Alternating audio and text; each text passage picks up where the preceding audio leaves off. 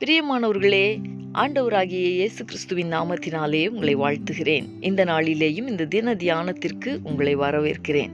இந்த நாளிலே நம்முடைய தியானத்திற்காக ரோமருக்கு எழுதின நிருபம் 16ஆம் அதிகாரம் 20வது வசனத்தை நான் வாசிக்கிறேன். சமாதானத்தின் தேவன் சீக்கிரமாய் சாத்தானை உங்கள் கால்களின் கீழே நசுக்கி போடுவார்.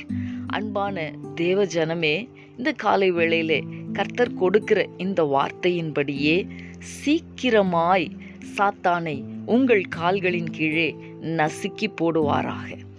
எந்த காரியங்களை குறித்து நீங்கள் பயந்து போய் இருந்தீர்களோ, எந்த காரியங்களிலெல்லாம் தொடர்ந்து தோல்வியை சந்தித்து வந்தீர்களோ, எவைகளிலெல்லாம் சத்துருவானவன் உங்களை பயப்படுத்தி தொடர்ந்து அவன் ஜெயிக்கிறதை போன்ற ஒரு சூழ்நிலையை நீங்கள் காணும்படியாக அவன் வைத்திருந்தானோ, இந்த நாளிலே அவைகளை மேற்கொள்ளும்படியான அதிகாரத்தை, அவைகளை மேற்கொள்ளும்படியான ஒரு தேவ பலனை கர்த்தர் உங்களுக்கு தருகிறார்.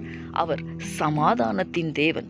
எந்த விதத்திலே சத்ரு உங்களுடைய வாழ்க்கையிலே பிரச்சனைகளை, போராட்டங்களை கொண்டு வந்திருந்தாலும், இந்த நாளிலே சர்வ வல்லமையுள்ள தேவனாகிய கர்த்தர் சத்துருவை சிலுவையிலே ஜெயித்தவர், மரணத்தை ஜெயித்தவர், இந்த நாளிலே உங்களுக்கு ஜெயத்தை கொடுக்கும்படிக்கு உங்கள் கால்களின் கீழே எதிர்மறையாயிருந்த சகலத்தையும் அவர் கீழ்ப்படுத்துகிறார்.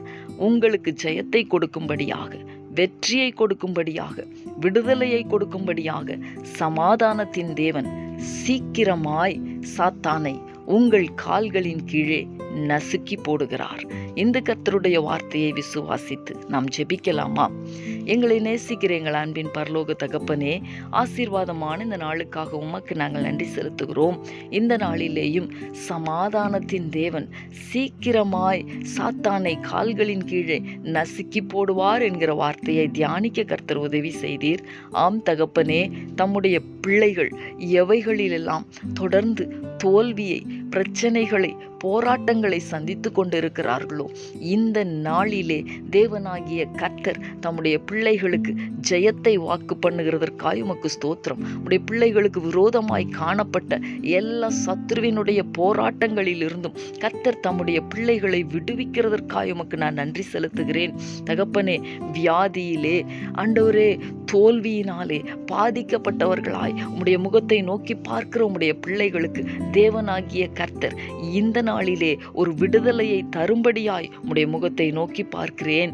கர்த்தர் அப்படி செய்ய போகிறதற்காக உமக்கு ஸ்தோத்திரம். உம்முடைய பிள்ளைகளுக்கு ஜெயத்தை தருகிறதற்காக உமக்கு ஸ்தோத்திரம். சத்ருவுக்கு வெட்கத்தை உடுத்தி உம்முடைய பிள்ளைகளுடைய தலையிலே கர்த்தர் கிரீடத்தை பூக்க பண்ணுவீராக. இயேசு கிறிஸ்துவின் நாமத்தில் வேண்டிக் கொள்ளுகிறேன் நல்ல பிதாவே. ஆமேன், ஆமேன்.